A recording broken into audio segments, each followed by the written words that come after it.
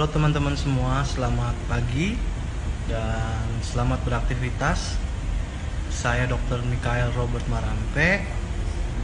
Hari ini adalah hari ke-8 saya dirawat dan saya menjadi salah satu korban dari COVID-19. Buat saya, menjadi seorang dokter itu adalah suatu kebanggaan tersendiri. Tetap bisa melayani pasien, bisa membantu banyak orang, dan tidak ada penyesalan sedikit pun.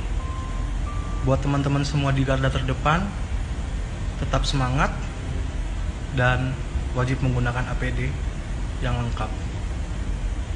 Selalu semangat teman-teman semua, dan Tuhan Yesus memberkati.